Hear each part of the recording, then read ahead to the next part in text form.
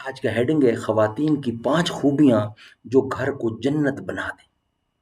آج کے سبق میں یہ ہیڈنگ ہے خواتین کی 5 خوبیاں جو گھر کو جنت بنا دیں۔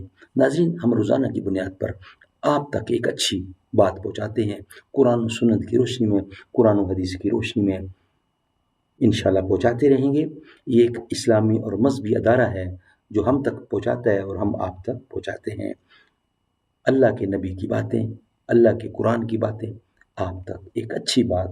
آج کا سبق یہ اس کا ہیڈنگ ہوتا ہے۔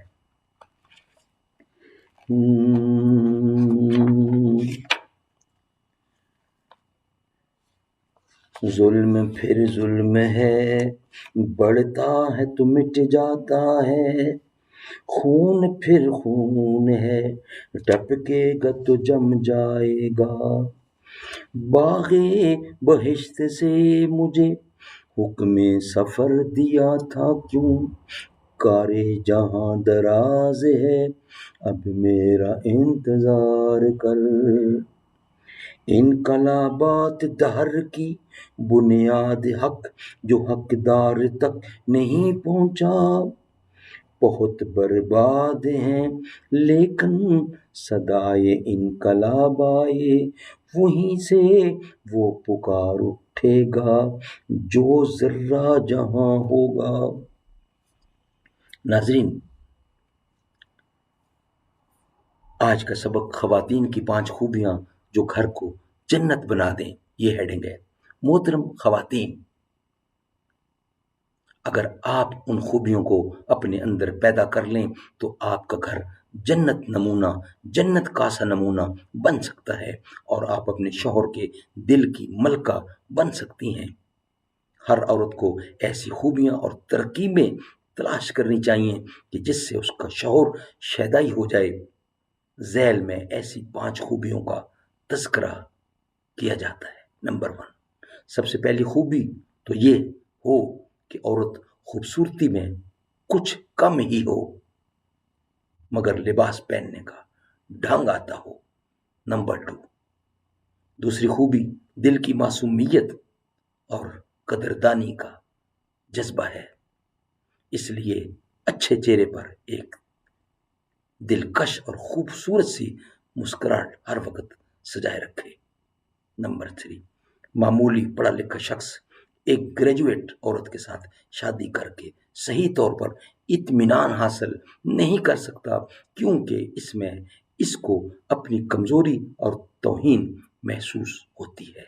اس لیے عورت کو کبھی شوہر کے آگے اپنی ہوشیاری اور عقل مندی نہیں جتانی چاہیے۔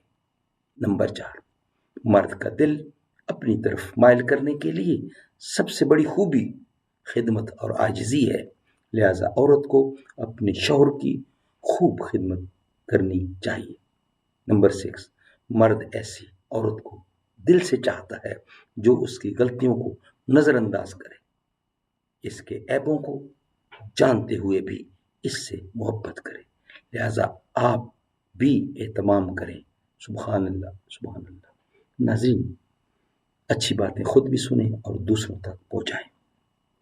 یہ تھا آج کا ہیڈنگ، خواتین کی 5 خوبیاں جو گھر کو جنت بنا دیتی ہیں، ہم نے آپ تک پہنچائی۔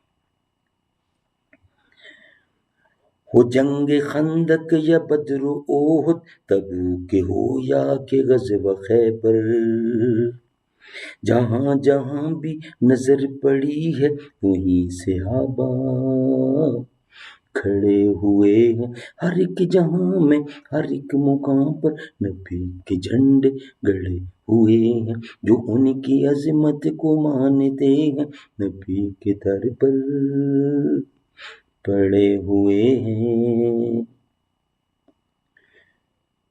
سلام تم پر عمر کہ تم نے نبی کا جھنڈا بلند کیا ہے، یہی وجہ ہے کہ نام سن کر ابھی بھی کافر ڈرے ہوئے ہیں، ہر ایک جہاں میں ہر ایک مقام پر نبی کے جھنڈے گڑے ہوئے ہیں۔